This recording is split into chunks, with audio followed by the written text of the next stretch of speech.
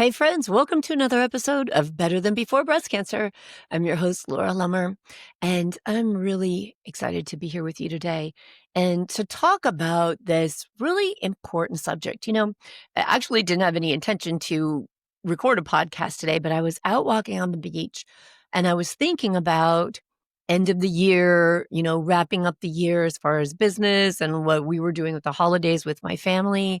And every year when we start to get close to the end of the year, I find myself really thinking about what I've accomplished, what I've learned, what I wanted to create in this year and what I actually did create, and reviewing what I've done and what I want to create in the year ahead. And as I was doing that, I was reminded of something that I hear a lot in my clients. And it's actually this comment has led to my own struggle to figure it out. When I would start hearing my clients say, I just feel like I need a purpose, or I don't know what my purpose in life is, or I feel like I should have a purpose and I don't know what it is. And I would help them and coach them through this, but I would also think about like, what does that really mean? And something that I've noticed both in my coaching practice and in my own healing journey is how much confusion and suffering that question actually can create. And I've often wondered, does that block us? Like, does that stop us from actually living our life? Because it kind of puts us in a holding pattern when we ask ourselves, what is my purpose? Or when we tell ourselves, I don't think I have a purpose. When we're asking that, we can start to feel like we're supposed to have some big, really clearly defined answer, right? The heavens open and say, this is what you're supposed to do with your life. And to me, that's like purpose becomes this destination, right? It says you're meant to find something so you can feel fulfilled. And you have to figure it out before you can start living your life, because otherwise your life is just directionless. But the longer that I coach and the deeper that I get into my own healing, and the more I think about what I want my life to look like, no matter how long my life may be, the more I realize and get clarity on something important, which is really what came up for me this morning. And I thought about, instead of asking ourselves, what is my purpose? Especially as we come up to looking at a new year or even a new phase of life. I think a better question is, am I living on purpose? Because I think there's a world of difference between those two questions. When we ask ourselves what our purpose is, again, our mind goes searching for that big, all-defining answer, that thing we're supposed to do. But when we ask, am I living on purpose? There's this beautiful shift into, how am I living? What are my choices? Where's my energy? Am I in alignment with what matters to me? And that's what I want to talk about today. I want to talk about living on purpose and how living on purpose can actually change your brain, your health, your life experience. And I'm going to share some science with you that talks about what purpose means and what we discover, what happens in people's brains when they decide to have a purpose, to live on purpose, and then what purpose actually means and why we stop ourselves from living with intention, because there's some real blocks that come up and I want to address those. There's a lot of fear that comes up and it can stop us from just really jumping in with both feet to our life. So there's a growing body of research, and it shows that living with purpose and intention doesn't just make you feel better emotionally, it literally changes your brain and your body. There is a study out of UC Davis, and they followed over 13,000 adults, and they found that people who had a strong sense of purpose were 28% less likely to develop cognitive decline or dementia. And other studies have shown that people who feel their lives have meaning have better stress resilience, lower depression rates, and even stronger immune responses. So neuroscience tells us that purpose and intention engage what's called our goal-directed circuitry, which is the areas in our brain that help us make conscious choices rather than just running on autopilot. When we don't have intention, we live in habit mode. We wake up, we do what we've always done, we respond to what gets thrown at us. But when we choose how we want to live, we light up different neural pathways. We become more aware, more adaptive, more present. And it's not just an abstract idea. It's literally a brain-body shift. And that might be a part of why people with a stronger sense of purpose tend to live longer and recover better from illness. Because when you have a why, even a small one, your brain regulates stress hormones differently. Your body knows where to put its energy toward healing, toward growth, towards resilience, towards what you decide on, right? I'll often say to clients when they'll make a comment to me and say something like, well, we'll see what happens, right? We talk about a plan that they want because most of the time we know at least something we want in our life. Maybe it's, I want to eat healthier. Maybe it's, I want to move more. Maybe it's, I want to spend more time with my kids or with my spouse. There's something in us that we know, I want a little bit more of this in life. And sometimes I'll work with people and they'll say, yes, this is definitely what I want. And we'll decide on small steps they're going to take towards that. And then they'll wrap up with, well, let's see what happens. When we want to just see what happens, we just stepped out of intention. We just said, I'm going to wake up and see what life throws at me, rather than I'm going to wake up and do this on purpose. Take action. Will life still throw stuff at us? Yes. And we'll talk about that in a minute. But first, I want to talk for a minute about what purpose means. Because when we hear people with a purpose, those are air quotes, it's easy to imagine that these people with a purpose have found some grand calling, right? They're writing a best-selling book. They're starting a nonprofit. They're saving the world. And that is not what the research is saying at all. So living on purpose really means living with conscious intention, which means it's about how you show up in your life, not what you do for a living. It's the ongoing practice of aligning your choices, your time, and your energy with what truly matters to you. So I want you to think of these layers to living with intention. One is awareness. So you're aware of what you value, what energizes you, and what drains you. And you notice how your choices feel in your body and in your emotions. The second one, alignment. You start to make choices, big choices and small choices that reflect those values. And that might mean setting a boundary, saying no to something that feels off to you, or carving out time for something that brings you joy or rest, aligning with what is important to you. And then the third layer is action.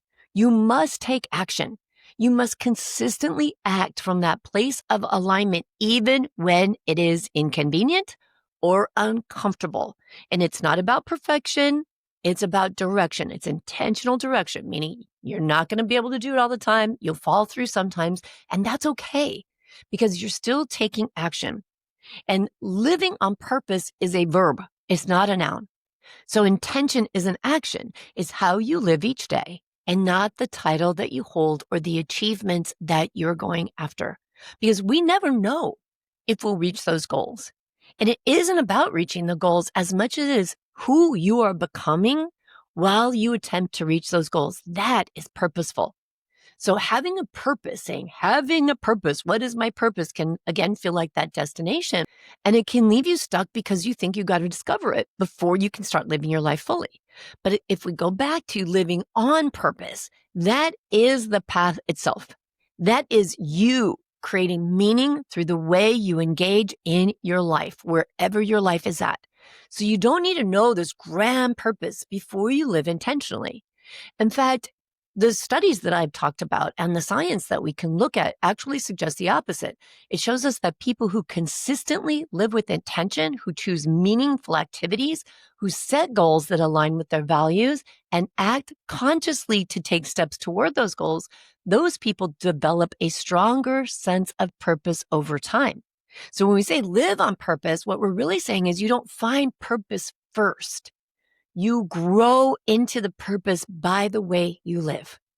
That's pretty cool, right? So that takes a lot of pressure off our shoulder. Oh my God, I don't need to know my grand purpose. I just need to live on purpose. When psychologists talk about purpose in life, they define it as a self-organizing life aim that stimulates goals, manages behavior, and gives life meaning. So in everyday language, what does that mean?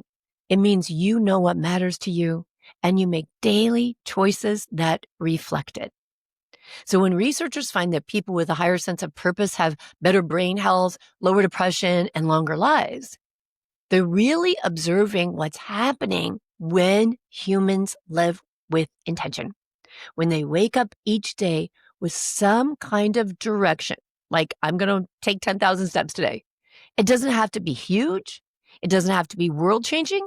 You know, honestly, there are people that I've worked with where that intention just means I'm going to get up, take a shower, and actually get dressed for the day. That in itself is a purpose. And that helps us to get in line with that internal compass of ours that says, this is how I want to live. But I want to be a person who's actively engaging in my life. What is a step I need to take to do that? So we can look at the science and we can look at people who live with intention and we can see that the benefits are really clear. So why is it so hard for so many people to do this? When I talk to clients about designing their life with intention, deciding how they want their days to look, what they want to make space for, I'll often hear things like this. Living on purpose equals like living by rules. I don't want to be that disciplined. I don't want to live by a schedule. I want to feel free. But what's really underneath that resistance to living intentionally isn't laziness. It isn't rebellion. It's often fear. Because as I mentioned just a few minutes ago, when we haven't been taught to live intentionally, we've been conditioned to react.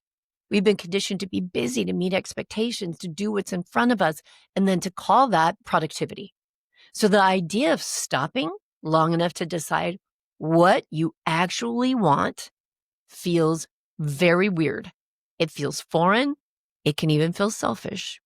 And for many women, especially those who've been caretakers their whole lives, the idea of saying, this is what I want, this is what I want my day to look like, can feel wrong to them.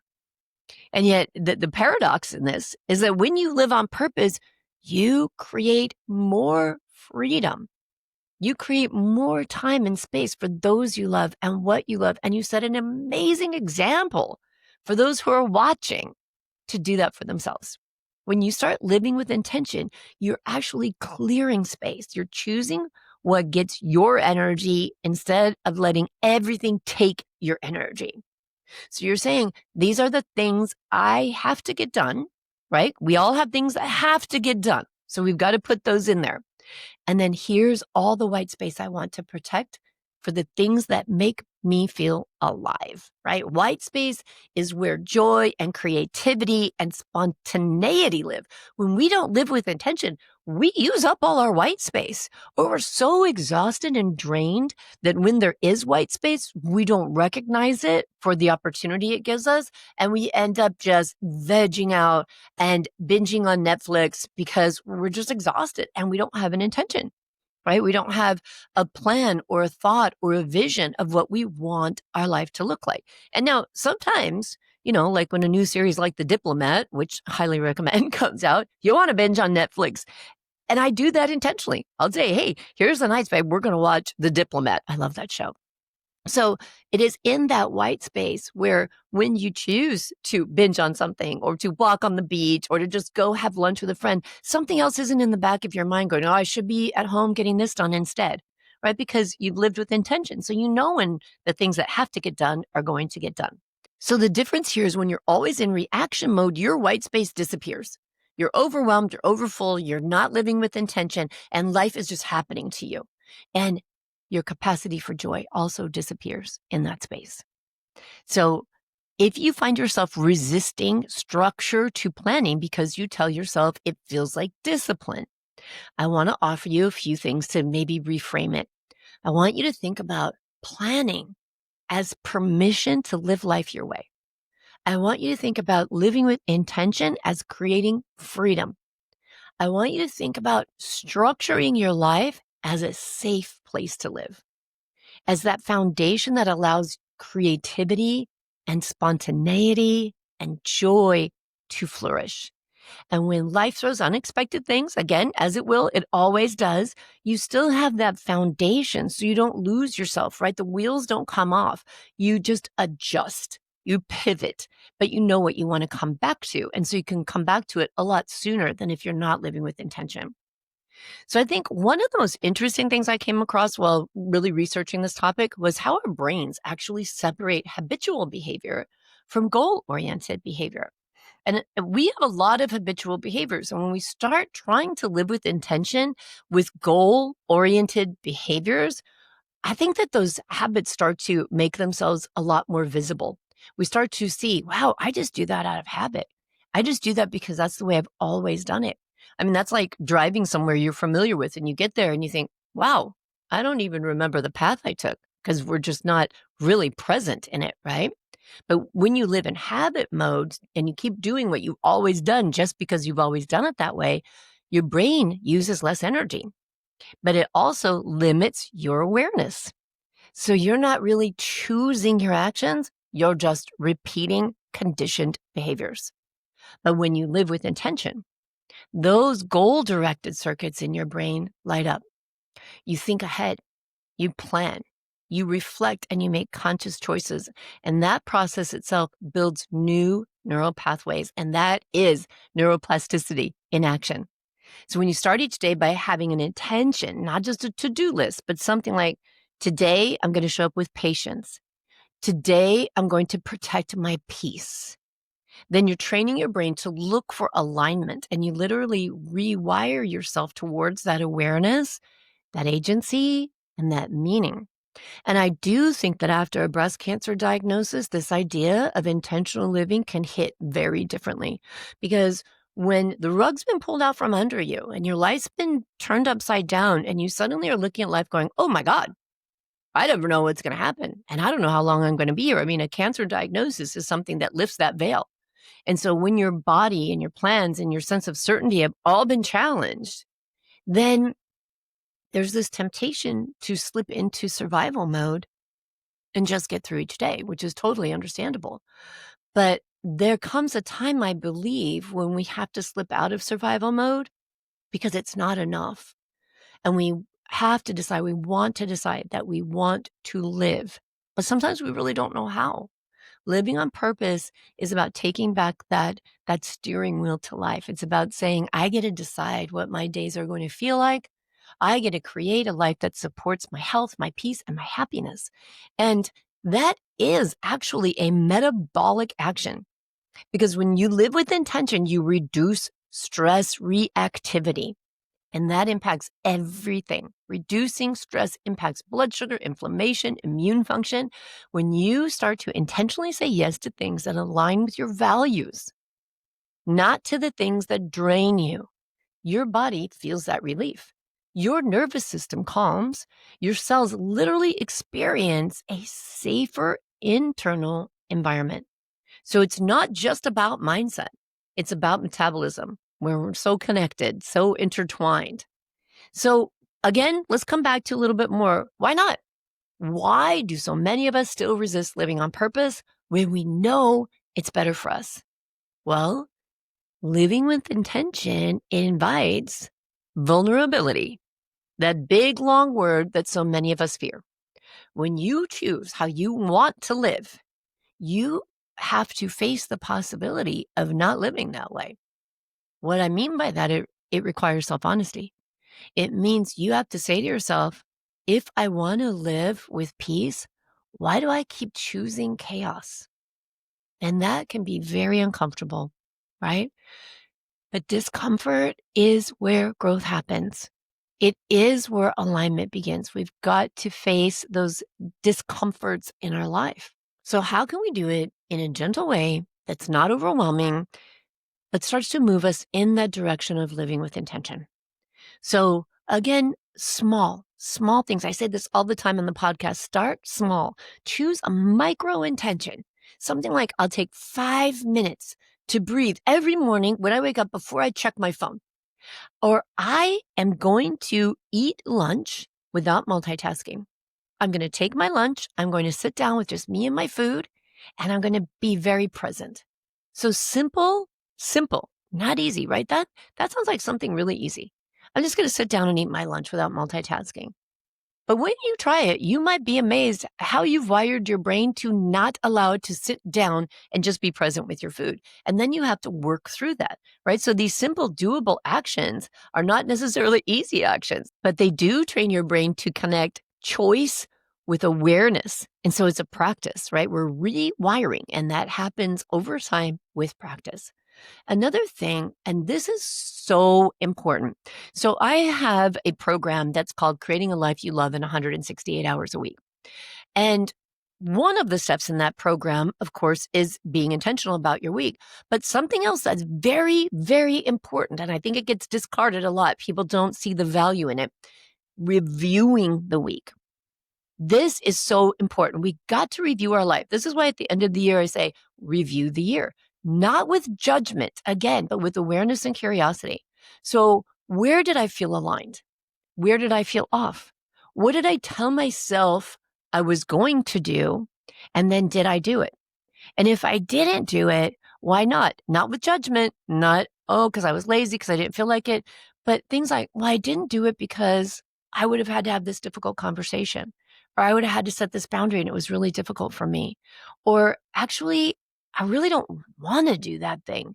I really don't like doing that thing. I'm not sure why I keep choosing it, right? So the reflection and looking back at the choices that you make at the end of your week are so important to getting an understanding of the choices you make so you can decide how to live intentionally in the upcoming week. Whenever someone starts a Creating Your Life program, or whenever I start working with someone on how to become very intentional about the way they live, I always say, give yourself 3 months. Don't think you're going to do this in the first week. Don't think you're going to pull out a life planner. You're going to decide on what you want your week to look like and it's going to be perfect, because it isn't. And I think when we can start with that and we can accept that it isn't going to be perfect, we can give ourselves a little bit of grace.